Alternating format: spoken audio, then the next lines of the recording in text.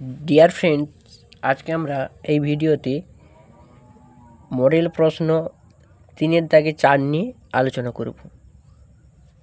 কর্মী মৌমাছিরা খাদ্যের কোনো উৎসের সন্ধান পেলে কিভাবে মৌচাকের অন্যান্য মৌমাছিদের কাছে সেই বার্তা আদান প্রদান করে। এই বছরের জন্য অত্যন্ত গুরুত্বপূর্ণ এবং এই প্রশ্নটি কিন্তু পরীক্ষায় আসার সম্ভাবনা অত্যন্ত বেশি। অতএব এই প্রশ্নটি তোমরা ভালো করে রাখবে। কর্মী মৌমাছিরা খাদ্যের কোনো উৎসের সন্ধান পেলে কিভাবে মৌচাকের অন্যান্য মৌমাছিদের কাছে সেই বার্তা আদান প্রদান করে, এই প্রশ্ন নিয়ে আজকে আমরা আলোচনা করব। দেখো, কর্মী মৌমাছিরা কিন্তু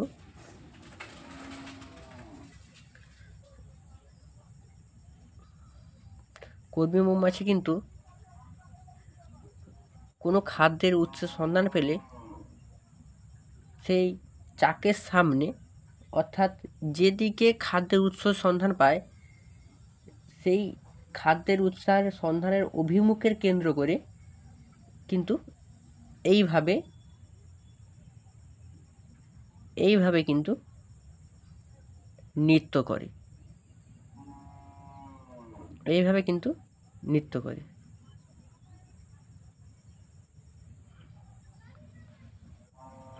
তাহলে কি বুঝলাম?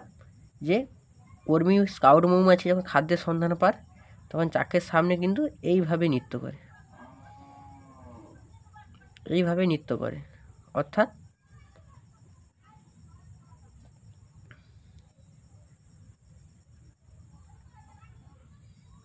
এইভাবে কিন্তু নৃত্য করে। ইংরেজি 8 অক্ষরের ন্যায় এইভাবে নৃত্য করে কিন্তু কর্মী স্কাউট মৌমাছি খাদ্যের সন্ধান করে। এই ধরনের নৃত্যকে আমরা বলবো ওয়াগটেল নৃত্য।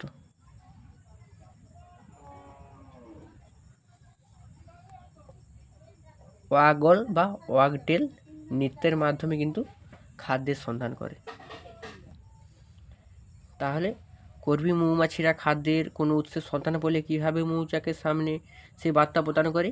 না, কর্মী মৌমাছিরা খাদ্যের সন্ধান পেলে চাকের সামনে উলম্ব তলে উড়তে থাকে ইংরাজি 8 অক্ষরের ন্যায়, এবং এই ধরনের নৃত্যকে ওয়াগটেল নৃত্য বলবো, এবং যার দ্বারা কর্মী মৌমাছিরা কী করে না খাদ্যের সন্ধান করতে পারে। তাহলে বুঝতে পারলে যে কর্মী স্কাউট মৌমাছিদের এই বিশেষ ধরনের নৃত্যকে কী বলবো না ওয়াগটেল নৃত্য। তাহলে কর্মী মৌমাছিরা কোনো খাদ্যের সন্ধান পেলে চাকের সামনে উলম্ব তলে ইংরেজি 8 অক্ষরের ন্যায় যে নৃত্য প্রদর্শিত করে তাকে ওয়াগটেল নৃত্য বলে, এবং যার মাধ্যমে কিন্তু কী হয় না আলাদা মৌচাকে থাকা কর্মী স্কাউট মৌমাছিরা তারা কিন্তু খাদ্যের সন্ধান করতে পারে।